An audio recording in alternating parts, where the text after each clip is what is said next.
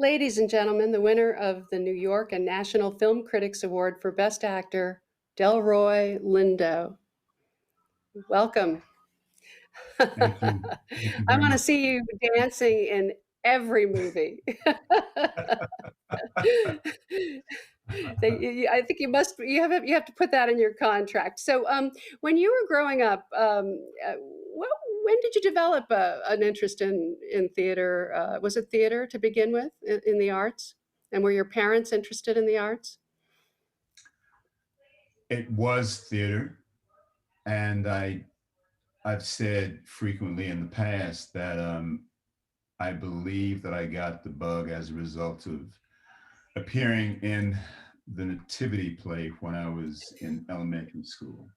I played one of the kings, and that is when I believe I got the bug because it's for as long as I can remember, I always said as a young person, when I grow up, I'd like to be an actor. I want to be an actor.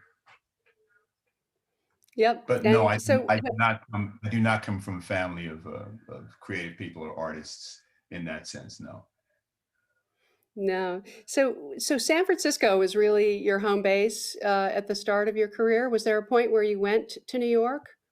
absolutely. When I studied at the American Conservatory Theater, when I left the American Conservatory Theater, I went back to New York and I started my career as a New York theater actor.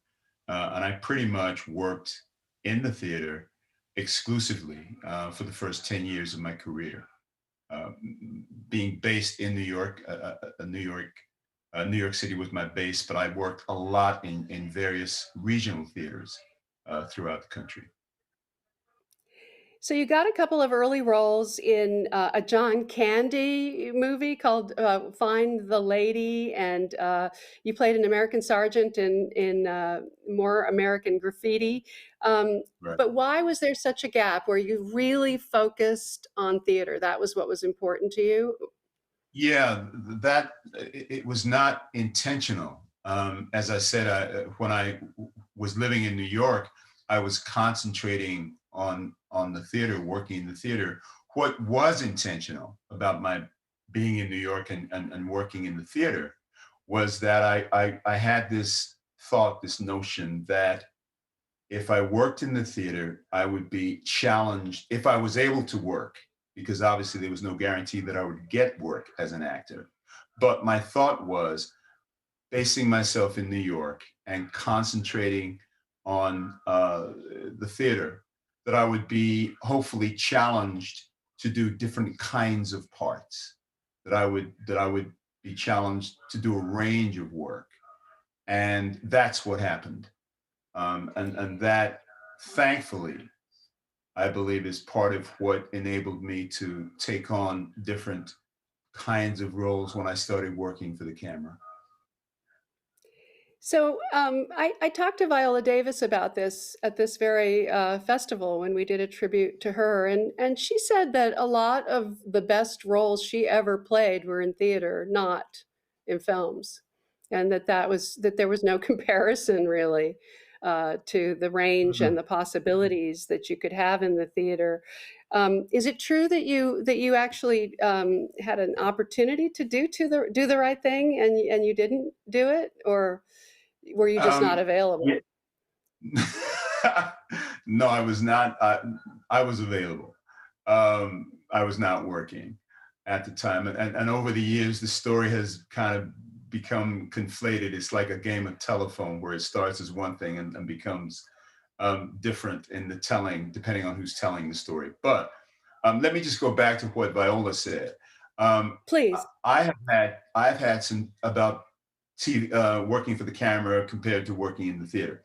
I've had some extraordinary work in the theater, and Roger, I had actually walked away from my computer temporarily, and I came back and caught the tail end of Roger Derling speaking about having seen me in Joe Turner's Come and Go on Broadway.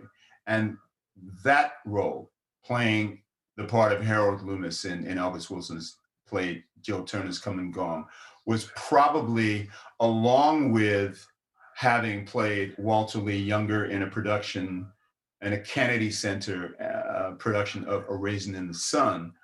Those two parts were probably the pinnacle of my work in theater. The most challenging, the most creatively stimulating and rewarding. That was the apex for me. Now, having said that, um, I've been fortunate to do some really interesting work on film. Certainly the parts have spanned, 35, 40 years. They're not as available as in the theater, but I do consider myself fortunate that I've gotten to do some wonderful work in the theater, up to and including obviously the gift of playing Paul in The Five Bloods. To your question about Do the Right Thing, Spike, I received a call saying Spike wanted me to come in and audition for Do the Right Thing. I read the script, and at that time, I did not feel that there was enough there for me. It was not quite engaging enough for me, so I graciously declined to come in and audition for Do the Right Thing. That's essentially that's the short version of the story. Well, he forgave you, He obviously, did. and Knock on wood. you went on to do two great movies with him, sort of back to back. So let's look at these clips right now from Malcolm X and Crooklyn.